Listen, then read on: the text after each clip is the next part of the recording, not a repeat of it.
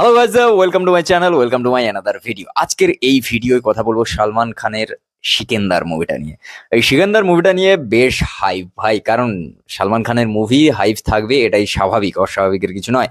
কিন্তু ঘটনাটা অন্য জায়গায়, যে এই যে টিজারটা লঞ্চ করা হয়েছে সেটা আমার কেমন লাগলো এটাই সব থেকে বড় ব্যাপার।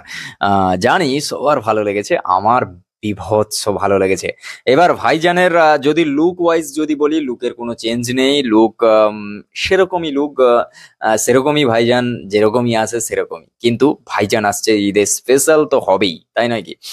এই সিনেমাটা আর মুরগুদাস পরিচালক, আমাদের ডিরেক্টর, তোমরা সবাই জানো।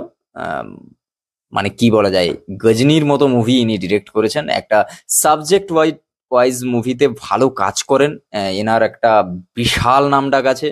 এনার কাজ নিয়ে কোনো কথা হবে না বস। ইনি সাবজেক্ট ওয়াইজ যখন আসেন একটা ভালো কাজ দেন। যেহেতু এটা কোনো সাবজেক্ট ওয়াইজ নয়, আমি বলবো না, কারণ এটা কোনো পার্টিকুলার কোনো লুক বা কোনো কিছু গল্প নয়। সেই পলিটিক্যাল অ্যাঙ্গেল, সেই মারপিট, হুড দাঙ্গা, সেই মাস কমার্শিয়াল ব্যাপারটাই আছে। কালার গ্রেডিং থেকে ভিএফএক্স থেকে এগুলো নিয়ে কোনো কথা হবে না। ভাইজানের মুভি, বাজেট বিশাল।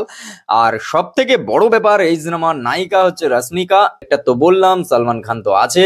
এবার ঘটনাটা হচ্ছে, এই সিনেমাটা আমার কেমন লাগছে এখনো টিজারটা দেখে, বেশ ভালো লাগছে। মানে আমি যদি বলি এই টিজারটা ভাই, এটা নিয়ে এবার ভাইজান ঈদে আসবে, এটা স্বাভাবিক। আর ভাইজানের মুভি নিয়ে তো কোনো কথা হবে না, কারণ ভাইজানের নামটাই কাফি, এটা একটা ব্যাপার থাকে।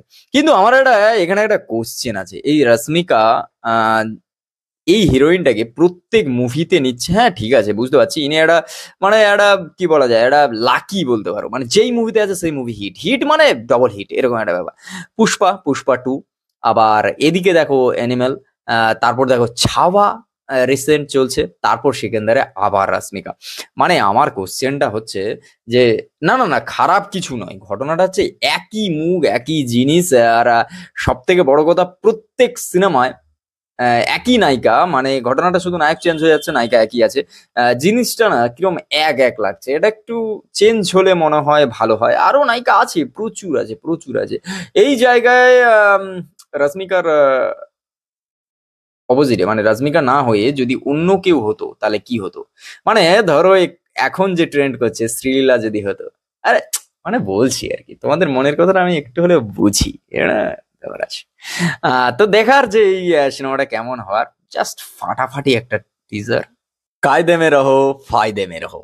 ভাই ডায়লগ সঙ্গে তাকানো, ভাই সালমান খানের মুভি যে একটা ফেস্টিভ্যাল, সেটা কিন্তু একদম মানে ভাই বলার আর কোনো অপেক্ষা রাখে না, ঠিক আছে।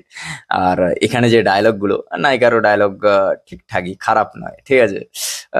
তারপর আইপিএস ওয়ালা যে ডায়লগ, তোমরা দেখো, তোমরা টিজারটা দেখো, ফাটাফাটি টিজার। আর এত সুন্দর, আমার মনে হচ্ছে এই মুভিটা কিক লেভেলে যাবে। কিক সিনেমাটা যেভাবে গেছিল, সেরকম একটা, সেই একটা কি সুন্দর একটা গান ছিল না, যেরকম একটা গান ছিল, লোক ছিল, যখন এখানে যে দ্রোণের শট গুলো দেখানো হয়, দ্রোণ যে শট গুলো যখন দেখানো হয়, তারপর যখন রশ্মিকার হচ্ছে মুখটা দেখানো হয়, এক্সপ্রেশনটা দেখানো হয়, জাস্ট ভাই সেই জীবনে ভালো যদি বেসেছো ভাই, নায়িকার এরকম লুকে তুমিও প্রেমে পড়বে। যাই হোক, এটা একটা আবেগপ্রবণ হয়ে গেল একটা। তো চলো, দেখা হচ্ছে নেক্সট ভিডিও। তোমাদের কেমন লাগলো অবশ্যই কমেন্ট করে জানাও। আর দেখাচ্ছে খুব তাড়াতাড়ি আর একটা ফাটাফাটি ভিডিও নিয়ে। ততক্ষণের জন্য like, comment, share and subscribe my YouTube channel. চলো টাটা।